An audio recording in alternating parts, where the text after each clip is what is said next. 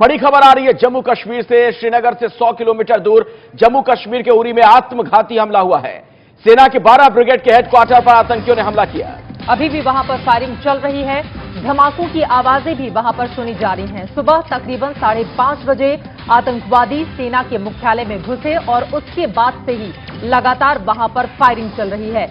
आतंकवादियों की तादाद कितनी है, क्या कोई हताहत भी हुआ है, अभी तक ये जानकारी नहीं मिल पाई है। श्रीनगर से करीब 100 किलोमीटर की दूरी पर यह आत्मघाती हमला हुआ है। 12 ब्रिगेड के मुख्यालय पर आत्मघाती हमला हुआ है। तो बड़ी बात आपको बता दें, सेना के 12 ब्रिगेड की अगर बात की जाए तो इनके ऊपर बहुत बड़ी जिम्मेदारी होती है। वहां एलओसी का जो पूरा हिस्सा है वहां पर निगहबानी करते हैं और ऐसे में जानबूझकर लगता है टारगेट किया गया है, बिल्कुल सुनियोजित तरीके से। कुछ आतंकियों के अंदर घुसे होने का शक भी जाहिर किया जा रहा है। इलाके को सुरक्षा बलों ने घेर रखा है और वहां पर फायरिंग दोनों ही ओर से लगातार जारी है। सेना के एक बैरक में आग लगने की खबर भी सामने आई है। इसके अलावा आतंकवादियों की संख्या के बारे में अब तक कोई भी पुख्ता जानकारी नहीं मिल पा रही है कि आतंकवादियों की तादाद कितनी है। हेलीपैड वाले एरिया से अंदर की ओर दाखिल हुए हैं आतंकवादी। अंदर घुसने के बाद आतंकवादियों ने पहले धमाके किए और उसके बाद से लगातार वहां पर फायरिंग जारी है। और आपको सीधे लिए चलते हैं, इस वक्त हमारे साथ एबीपी न्यूज सहयोगी जुड़ गए हैं, आसिफ कुरैशी। आसिफ, और क्या जानकारी मिल पा रही है जो यह हमला हुआ उसके बारे में?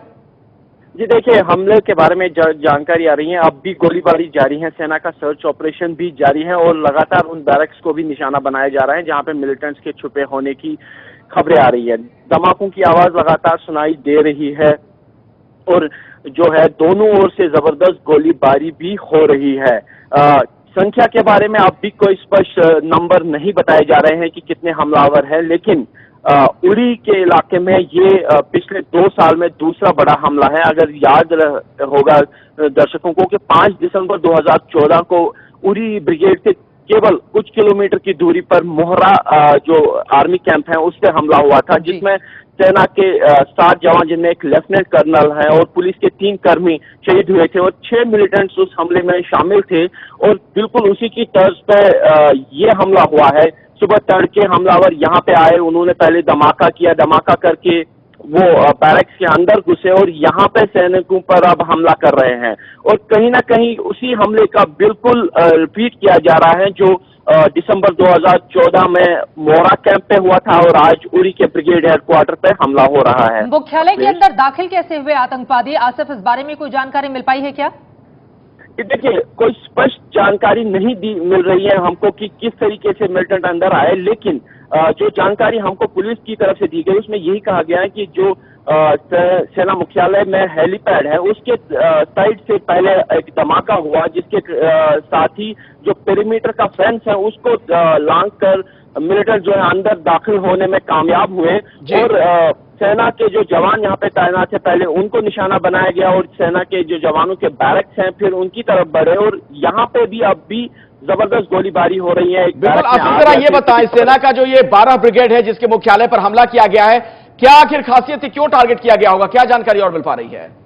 जी देखिए, अगर उरी ब्रिगेड की बात करें तो उरी का पूरा इलाका इसी के नियंत्रण में आता है और अगर देखें तो सिलिकोट जो राजौरी से पड़ने वाली सीमा है उससे लेकर टंगडार जो कुपवारा तक की सीमा है उसका पूरा क्षेत्रफल इसी ब्रिगेड के अंतर आता है। और यहाँ पे देखा जाए तो पिछले 27 सालों से घुसपैठ काफी ज्यादा हुई है, लेकिन सेना की तरफ से यहाँ पे जो सतर्कता रही है उसके कारण यहाँ पे पिछले 27 साल की मिलिटेंसी में पूरी ब्रिगेड को निशाना नहीं बनाया जा सका, मिलिटेंसी को भेजने में नाकाम। लेकिन ऐसा लगता है कि अब चूक हुई है और इसलिए यह हमला हुआ है। बहुत बहुत शुक्रिया आसिफ कुरैशी इस जानकारी के लिए।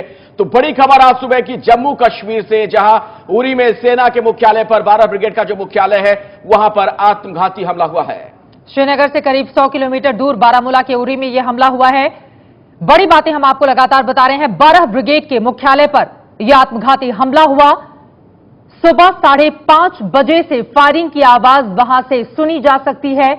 कुछ आतंकवादियों के अंदर घुसे होने का भी शक है। आतंकवादियों की तादाद कितनी है अभी तक इसके बारे में जानकारी नहीं मिल पाई है। इलाके को सुरक्षा बलों ने घेर रखा है और वहां पर फायरिंग लगातार जारी है। बिल्कुल, और पूरे इलाके को सेना ने अपने कब्जे में ले लिया है। सघन जांच पड़ताल जारी है और जो हेलीपैड है वहां पर जो शुरुआती जानकारी मिल रही है उसके मुताबिक वहीं से ये दहशतगर्द अंदर दाखिल हो पाने में कामयाब हुए हैं। लेकिन आतंकियों की संख्या कितनी है इसके बारे में पुख्ता तौर पर कोई जानकारी नहीं मिल पा रही है।